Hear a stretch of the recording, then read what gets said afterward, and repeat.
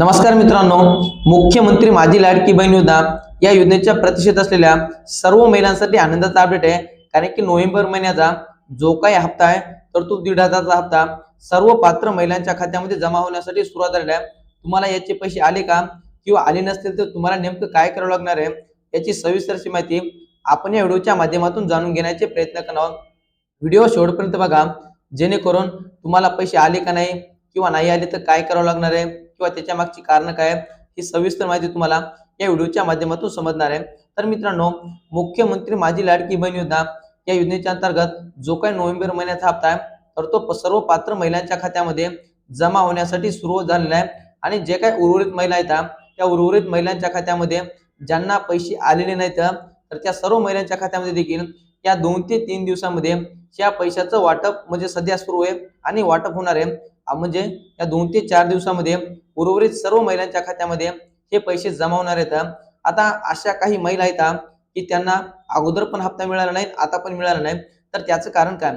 तर मित्रांनो, ज्या महिलांचं राशन कार्ड एक आहे आणि त्या राशन कार्डावरती जर 2 महिला लाभ घेत असतील तर त्याच्यापैकी एका महिलेचा लाभ या ठिकाणी ऑटोमॅटिक बंद झालेला आहे। आता जर तुम्ही पाहिलेच असं, एका घरामध्ये समजा 2 बाया असतील तर त्या फक्त एका बाईच्या नावानं पैसे चालू आहेत आणि दुसऱ्या बाईचे पैसे त्या ठिकाणी बंद झालेले आहेत। त्याच्यामुळे तुम्हाला हे पैसे जर हवे असतील तर सर्वात महत्त्वाचं म्हणजे तुम्हाला ते राशन कार्ड तुमचं अलग करून घ्यावं लागणार आहे। आणि अलग केल्याच्या नंतर जी काही समोरची प्रोसेस असेल तर ती प्रोसेस केल्याच्या नंतर हे तुमचे सर्व हप्ते चालू होणार आहेत। आणि दुसरं एक मुख्य कारण म्हणजे काय, त्या महिलांची ई-केवायसी अपूर्ण असणं। आता राज्य शासनाच्या माध्यमातून वेळोवेळी महिलांना आवाहन करण्यात येत आहे की तुम्ही ई-केवायसी करा।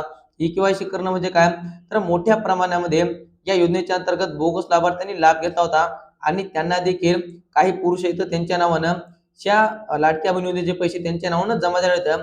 याला कुठेतरी आळा बसावा, त्याच्यामुळे राज्य शासनाच्या माध्यमातून ही ई-केवायसीची अट आणलेली आहे।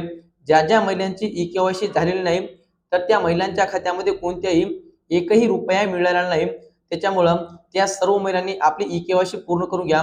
सध्या ई-केवायसी करण्याची साईट बंद झालेली आहे।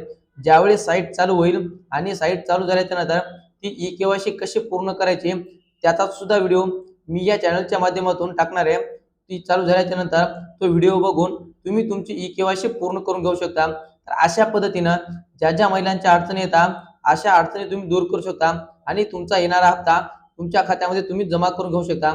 त्याच्यामुळे जे कोणते काम आहेत आणि दुसरं एक महत्त्वाचं कारण म्हणजे तुमच्या खात्याला डीबीटी असणं अत्यंत गरजेचं आहे। डीबीटी म्हणजे काय, तुमच्या खात्याला जे काय आधार लिंक आहे तर ते आधार लिंक असणं गरजेचं आहे। कारण हे आधार लिंक असतील तर त्याच महिलांच्या खात्यामध्ये हे पैसे जमा होत आहेत।